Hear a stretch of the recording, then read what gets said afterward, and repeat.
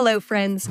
Welcome aboard the Round Trip Stories podcast, where we share stories of moving around the world and back again, reflecting on the lessons we've learned along the way. My name is Tracy. And my name is Melissa, and we are so glad you're joining us for today's episode. Our guest today is Major Ben Scott, a U.S. Army Signal Corps officer who grew up as a third culture kid in Kenya and Germany before returning to the United States for high school. As a missionary kid, he says that he always has a story in his pocket. He begins this interview sharing one story of a baby cheetah tackling him and shares another of him running down a U.S. highway with a German flag to celebrate a soccer win. Ben continues with more heartfelt stories of valuing his TCK experience and at the same time not feeling like he fit in anywhere. So buckle your seatbelts and make sure your tray tables and seats are in their upright positions as part one of Ben's round trip story gets ready for takeoff. Welcome, Major Benjamin Scott, to the Round Trip Stories podcast. We're so happy that you decided to join us. Thank you so much for being our guest this evening, or this morning, or this afternoon. It's great to be here. Thanks for your invitation. We're on our TCK, Third Culture Kids series, where we are interviewing adults who have grown up part of their childhood or all of their childhood outside of their passport country. Well, Ben, we are really glad to get to share your stories. Believe it or not, we have not actually interviewed anybody who has moved abroad or grown up abroad that has been related to military life. So I'm really glad that Tracy met you and that we get to hear your stories. So we like to start with the backstory. So a little bit of information before we get into your growing up stories. So tell us a little bit about yourself and where you are now. Yeah, absolutely. Well, yeah, thank you so much again for the invitation. And I think it was kind of a divine experience, even connecting with you, Tracy, when you were here in Germany. So just really, really thankful to be a part of this. And when you brought up the fact that you're interviewing third culture kids, I was very excited because that has been my story my whole life. So just a little bit about myself. My parents were preparing to move to Africa when I was born as missionaries. And when I was 4 months old, we moved as a family of 4 children and obviously my mom and dad, so a family of 6, to Nairobi, Kenya. Okay. And so I spent my first 4.5 years in Africa. And then I have been moving ever since then. So basically when I was 4, we moved back to the States. When I was 6, we moved to Germany. And I spent my whole school life in Germany until high school. So, and then I went to American high school, which is very interesting, kind of part in my story, reintegrating into America in the high school years. And I can get into that later. So a little bit about myself now. I'm a major in the U.S. Army. I am a Signal Corps officer. So I manage communication teams. I happily married to the love of my life, Grace Scott. I met her when I was a second lieutenant, so just a young officer in Augusta, Georgia. And we have been moving ever since we got married, where the Army has taken us. And we have 4 children, and we are expecting our 5th this December. I live in Germany right now. I'm actually on one of the most well-known Army military bases in the world. It's Ramstein Air Base. So a lot of very important meetings happen here. It's one of the biggest U.S. communities in the world outside of America. So a very interesting context.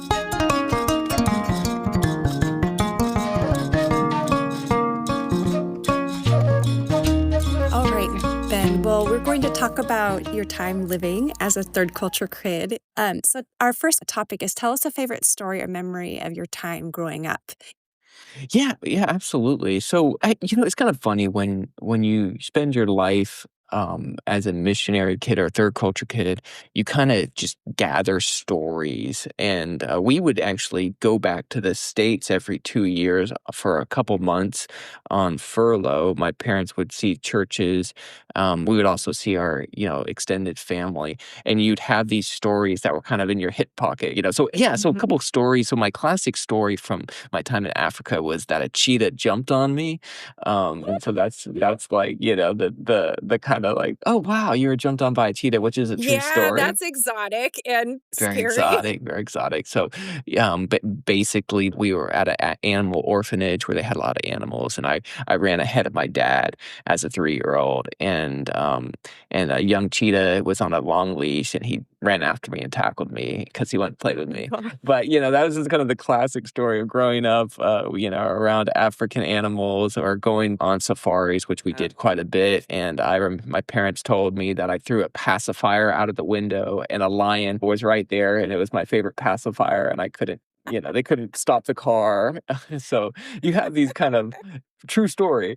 But I did, we grew up where, we would go camping and there were hippopotamuses outside of our Oh tents. And, gosh, those are you dangerous. had, yeah, so you had all that stuff, mongooses on the compound where we lived, snakes and all that exotic type of stuff. So that was my growing up life in Africa, fun kind of stories. And then Germany is obviously very different, but you're still in another country. I think the proximity to so much culture is just something that you take for granted. I mean, so like my birthday, we were in Berlin, um, in the capital, and, we drove to another country for my birthday for lunch, and then we just drove back, So I drove to Poland, which was a 45-minute drive, Oh wow. when we drove. Right. Or we visited a lot of different places in Europe. So there's pictures of me, in all these exotic kind of places. And I think it's just something that you take for granted at that age. And you look back, like, I can't believe that, I was, running around the Colosseum in Rome or in these places in, Right. in England or in France. And yeah, you're thankful for those memories. Definitely. And tell us what year you were in Berlin, because in the 90s there are huge changes going on. Yeah, no, it's really interesting too with my work now because I'm very involved in kind of U.S. foreign policy in Eastern Europe. But yeah, my family moved to Berlin as missionaries in 1996, and in '94, that's when the last Soviet, or they were Russian at the time, Russian troops left East Berlin and East Germany. So it was a very different time Yeah. and a very different culture. Yeah. One of the things I love about interviewing people is that they're bringing stories from other countries in different points in time. And it just totally expands our knowledge too, because I only think, okay, 1989, the wall fell. And I think of it as like a quick transition. But no, Right. not really. I mean, I had no idea that the Russian troops had only just left in 1994. Yeah. No, absolutely. And we actually lived in old American military Right. housing. So we went to international school that military went to. So very connected with the U.S. government there. And yeah, I mean, in even the different types of stories that you have, Germany is, I love Germany. I've spent over 13 years of my life in this country, speak fluent German. But, you have stories which kind of just are different. So, I mean, a classic story would be where my dad's driving in one of his vehicles, and he turns left and goes down a different street, and a car follows him and starts, flashing their lights, and he thinks there's something wrong with the car. So he pulls off to the side, and a German rolls down the window and berates him for not putting on his turn signal. So it's stuff like that. That's like very German. Oh my And goodness. you just kind of like live with that, Because culturally, Germans are very known for being on time, for following the Yeah. rules. The houses are beautiful. Everybody has their trash cans pulled in. No, absolutely. I mean, we played as kids. We played like soccer and football in our backyard, and there's quiet hours on Sunday. So like after church, we'd like play out there, and we got yelled at multiple times from people like, "You're breaking the rule. You're not allowed to be loud on a Sunday afternoon." And this was just a residential neighborhood. Yeah. And it was pretty, like, quiet. It wasn't even like we're. Right. Yeah, that is different. Yeah, it's very different. I mean, it's very Germany. I mean, sounds kinda nice. If I was the one taking a nap, I wish I could impose quiet hours sometimes on the neighborhood. Absolutely. As a parent, you kind of, like, you're thankful for those rules. Yeah.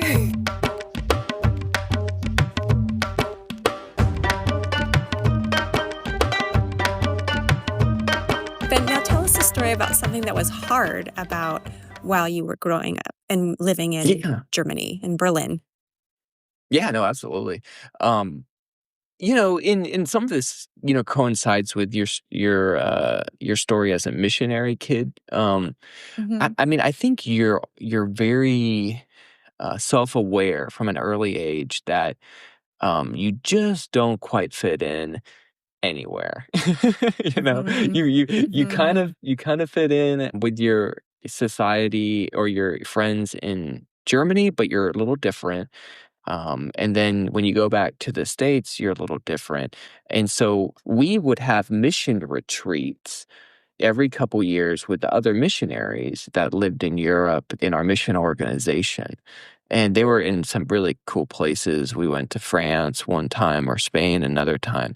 But the hard part was is that you had like amazing times. I remember I was like 10 years old and I just was having the time of my life meeting other missionary kids. And I remember saying goodbye after a week of getting to know them and just being absolutely crushed that I wouldn't see them again for a couple years. And I remember telling my mom and dad, like, these kids are like my only, like my true friends, like the only people that really understand what Mm, our life is like.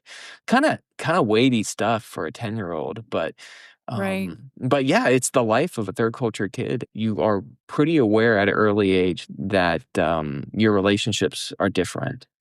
Mhm.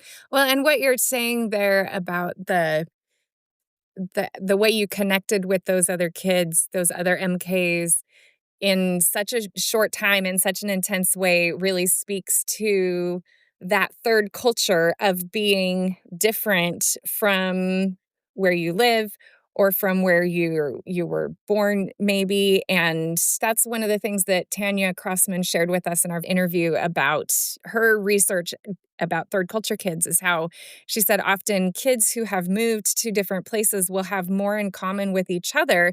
Even if they've never lived in the same country, they will have more in common with each other than they perhaps do with anybody that actually lives in the same country where they do, or from the country where they were born. And so you connect in such a unique way because of your shared experiences, even if they are take place in totally different countries. You connect in a really special way. And then it's hard when the disconnection happens. It's heartbreaking. Yeah, no, that's a great point. It was definitely my experience. Did you ever see those kiddos again? I mean, were these groups of kids that you saw every 2 years, but you kept seeing them?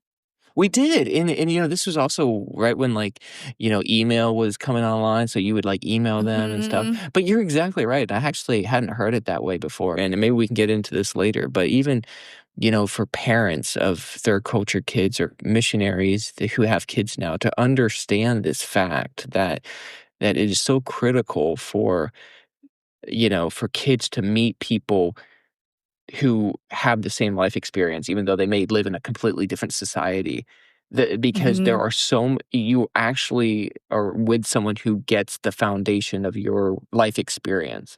Because so many Mhm. people that you have an interaction with on the day-to-day basis don't have that. The people that you're living with in your foreign country or your family back home in your home country. Mhm. So Mhm. when we were a very close knit missionary family. Yeah. My brothers, and people used to say, "Oh, wow, you guys are really close and stuff," and it was true, especially during those years, because we were all that we had.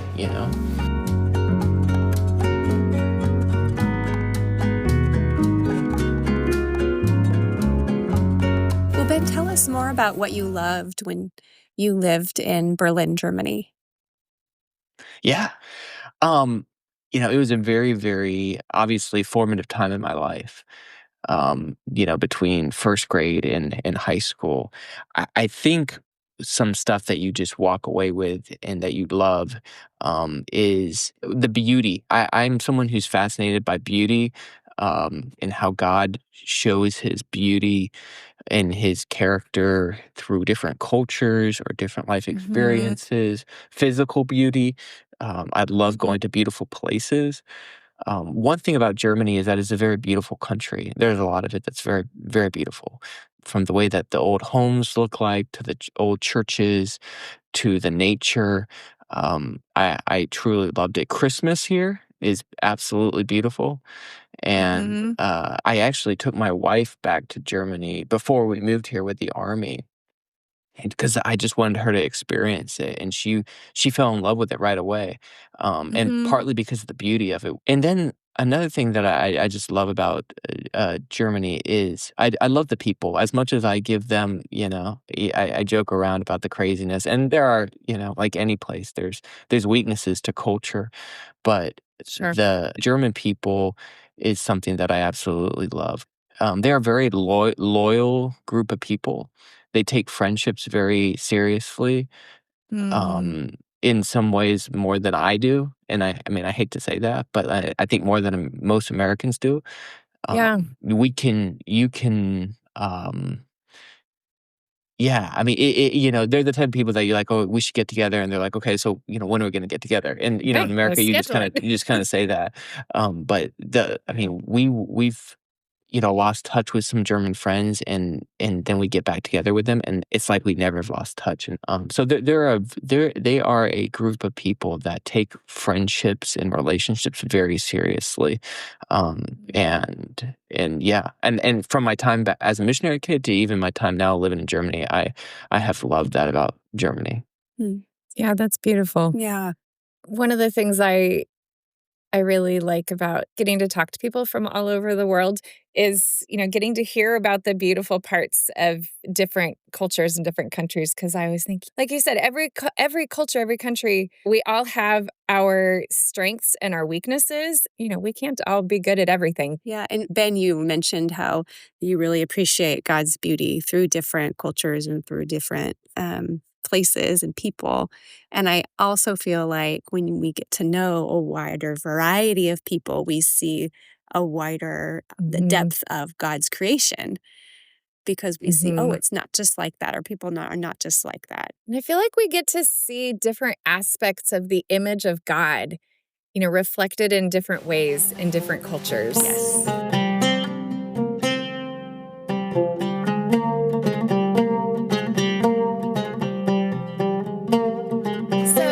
So Ben, tell us a story about going back to visit your passport country, which would have been the United States when you were growing up. Yeah, no, absolutely. So we loved this. We would go back every 2 years. That's what we could afford. And we would go visit churches. And it's just an interesting thing. And this is one of the big things about being a third culture kid. Whenever you're away from the other culture, you long for that culture. So when we were in Mhm. Germany, we were just longing to go back to America. And so when we would actually go back to America, it was a big ordeal for our family, and we looking forward to it, counting down the days. And I remember right away, though, at the same time, right when you land in America, you realize that everything's different. Air conditioning hits you right away. You're like, well, this is interesting. Like, I'm not used to this. And the smells will be different. I do remember a funny story. It was during the World Cup, and we just flew back to America, and as kids, and we brought a German flag with us because Uh-huh. although we were looking forward to going to America, when we landed in America, suddenly we realized we felt more German. So we ran around the Greensboro airport in North Carolina waving a German flag in the evening, because we were proud to be Americans living in Germany. Uh-huh. And then we were actually when we moved back to the States, after Germany, it was again during like a soccer thing. We were pretty into soccer, and I remember running down a North Carolina 2-lane highway, with the German flag. waving it because Germany had just won a soccer game. Mm. And Mhm. again, not really something you see every day. I just remember that experience as well. Yeah. You're kind of like almost ostentatious about showing off the country. At least I was as a kid. We would speak German, like in the grocery store at Kroger or whatever. Um, Interesting. Yeah. and then another big thing was we would go to probably 10 or 15 churches every time we were back in the States. And so we would always say that we were on tour, like we were a band on tour. That's what it felt like. And we had like a minivan and we would have churches all along the East Coast that would support us. So we would be in hotels and then they would always take us out to eat afterwards, because they had like the mission committee taking us out to eat. And then you go to these Yep. potlucks at people's house and you're shaking hands. So you really feel like you're campaiigning for office or you're on tour type of thing. And Celebrities. and then you have your like talking points too, because everyone's like, okay, well, what's going on? You're trying to also you're kind of trying to sell your parents' mission as well because you're Sure. representing them and they're at least in my parents' organization, they're raising money. So Mhm. it's a very interesting experience sharing your German American identity to multiple Americans in a public way as a Yeah. kid. But, Yeah. that was my experience, and a lot of missionary kids also have that experience. It's part of the package. It is, and if just to kinda tie it back to being a third culture kid, you're publicly kind of displaying your differences a lot, at least as missionary kids. Right. And so Mhm. it's not just that you're back visiting your grandparents for a couple weeks and then flying back. My experience was a Mhm. lot more like every single weekend, it was highlighted, and a lot of missionary kids deal with that. So again, goes Yeah. back to that original point that when we interacted with other missionary kids, there was commonalities because maybe they didn't go Mhm. on tour, but they still had something similar to that.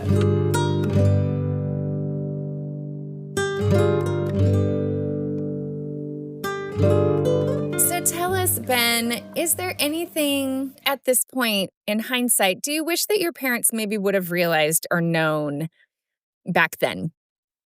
Yeah, no, a great question, and I have a great relationship with my parents, so Mhm. it's always, Yeah, no, it's no yeah. judgment. It's just a question. Yeah, well, but it's a great point. I mean, there's a lot of broken relationships with, third culture kids and their parents, because of that question. Mhm. Because you're overseas because of a decision of your parents typically, and Mhm. and that's really impacting your life. So it is complex. What I wish my parents would have realized or known, um, I think mostly this goes into re-entry back into your home country. That is Mhm. critical, and it's critical to get Mhm. right, and a lot of people don't. Um, Mhm. my parents were very proactive in engaging us in wanting to hear what we were going through, and I really applaud them for that. I do think that if they could have done focused on stuff, I think it would have been probably understanding the transition of the third culture kid back into American society and a longing to be accepted in American society. Because Mhm. that Mhm. ultimately is very natural, and Sure. people kind of walk that journey in many different ways. But typically, people want to be accepted and if you're not going to be going back to the country that you were in, and you're going to be now in America for a while, you have to survive. You want to be accepted. You don't want to be different. Yeah. And for me, Yeah. I was going into high school at the time, and so dealing with a public American high school, and Yeah. and so, yeah, I think parents in general can definitely improve in their sensitivity just to try and make that extra effort to let their kid integrate as best they can into America. Yeah. Mm. Mhm. Thank you so much for that insight, Ben, because, Melissa and I, well, we're talking to parents too, and we're parents of kids who have been raised part of their lives overseas. And Sam, in a recent podcast interview, he talked about just talking to the kids more about everything. And it helps me as a parent Yeah. try to do that. And so these ideas, we hope it can be just like little seeds of ideas that parents can apply right now. And Mhm. I remember Sam also said it's never too late to have a conversation. Or maybe Melissa, you said that it's never too late to have a conversation. Because once you're a third culture kid, you're always a third culture kid. It Always. doesn't go Mhm. away. And not like it's a problem that needs to go away. It's just, it's a gift that we still need to keep um, growing. And it seems like as adult third culture kids get older, you're always having this new awareness about your childhood experiences as you grow older and have different perspectives. Absolutely. No, 100%. So, yeah, listening, engaging with your kids, super important. Um, Being sensitive, I even see this with my kids. We were back in the States a couple months ago, and, a couple of my kids were like, "I don't wanna go back to Germany," because they had a good time in America. And, instead of, like, it's so easy to feel threatened when a kid, criticizes you or whatever, or criticizes, like, "I don't like my life," or I wish, this was different." But typically, there's something behind that, and to, Right. um, and so it even it's actually really interesting because now, as a grown up, and as my kids are now third culture kids, I'm seeing it as Right. well. So it's kind of like I'm still processing or still thinking through, how I was raised, but now I'm also, trying to Yeah. lead my children. And so, yeah, listening ear, and engaging that, leaning into it, letting them be themselves is huge. Everyone's different. Some people are going to Yeah. want to be different. Some people are going to want to assimilate quickly. Um, Encouraging them to talk about why they love the place that they left is huge as well. Celebrate that place. Mhm. One thing my mom Mhm. did really well was, she would still cook German food when we were back in the States, and that Mm. was really cool. So, yeah, I mean, it's, Yeah. like anything, it's complicated, because families are complicated, but really, really critical. Of any of the questions, that's probably one of the most critical questions, I think, to to highlight, because the parent-child relationship in this whole thing is, I mean, it's very, very important.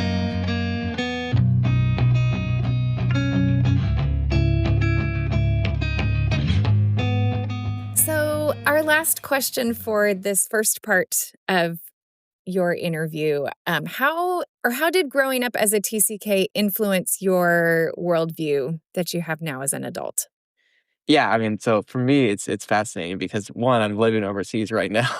Mhm. 2, I'm in a vocation where I am, I mean, I negotiate with other countries, representing, the Department of Defense. I do projects in many different countries. I work, with Germans, and I speak German to them while I work with them. So that's my work as a career Army officer in Europe, and using my third culture kid worldview daily. Yeah. And then, for what I'm very passionate about, and, obviously I'm a committed, Christian. And so, I mean, when I was in the States before we moved out here, how did my worldview, how's it influenced? Hugely. Anytime you run into foreigners, whether it's at church, it could be even the grocery store, automatically, you're attracted to want to meet them, especially if they're from the country that you've lived in. Mhm. But not even that, if I met Europeans at church or something, and they were visiting and they're from France, I'd want to know where they were because I've been to France. So there's always a connection. You're Yeah. also, and I think this is something that parents and kids really need to own. You have a sensitivity for people that are weak and that are ostracized and that may be on the Yeah. margins, um, Mhm. and and maybe not as socially connected, as you are, since you Mhm. have been in that position before in your life.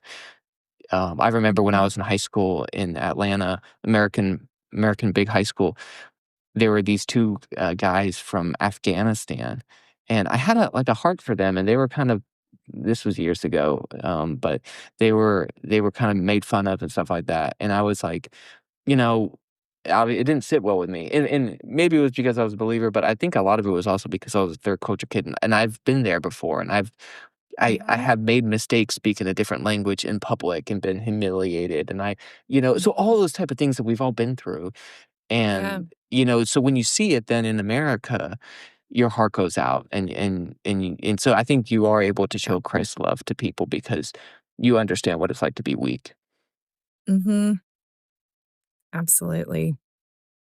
And I'd like to talk about that word weak, and I know you don't mean it like as pejorative or anything. It's just that when we're not in our home element, when we don't speak the language, when we don't know the culture, when we don't know what to do or where to get the electricity yet, we do feel we are at a Mm-hmm. disadvantage, right? It just takes time Mm-hmm. to become strong in those areas, and we definitely need to rely on people more.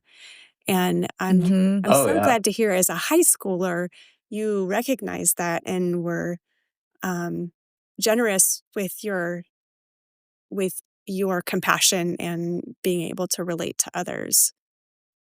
Yeah, I mean, there's so many stories, we could talk all evening about it, where you're confronted with, yeah, just you're humbled. I mean, I remember teaching Sunday school in Germany in German as middle schooler because there were so little people that could help out, and I remember like telling kids to stop talking, but totally butchering the sentence and just, them criticizing me for how I butchered the sentence. You're like, okay, this isn't working well, right? Ah, Right. Or so stories like this where you're in even a position of authority and you can't even be competent Yeah. because of the language or because of, Mm-hmm.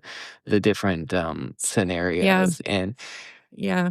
But it's humbling, and we all been there. thank you, Ben, for sharing your round trip stories from growing up as a TCK in Germany. You highly value what your growing up years had to offer: learning German, the proximity to different cultures, independence, and the beauty of Germany. These hard and soft skills even aid you now as you negotiate with other countries as a career Army officer. As you think about those years as a TCK, you recommend that parents really listen to their TCK kids' feelings when going through all the transitions and growing up, and to understand their longing to be accepted when they return to their passport country. So, what happened when Ben returned to the U.S. in high school? You'll have to make a return trip to our podcast for part 2 of Ben's round trip story. Want the podcast equivalent of early boarding and first class seating? Be sure to subscribe to the Round Trip Stories podcast in your favorite podcast app and sign up for our email list at roundtripstories.com so you'll never miss an episode. We believe that sharing stories helps our understanding of the world grow larger while the distance between us grows smaller. As this episode lands, we hope these stories have encouraged you, helped you find some more of your belongings, and made your baggage a little lighter. Thanks so much for listening, friends. We'll see you next time.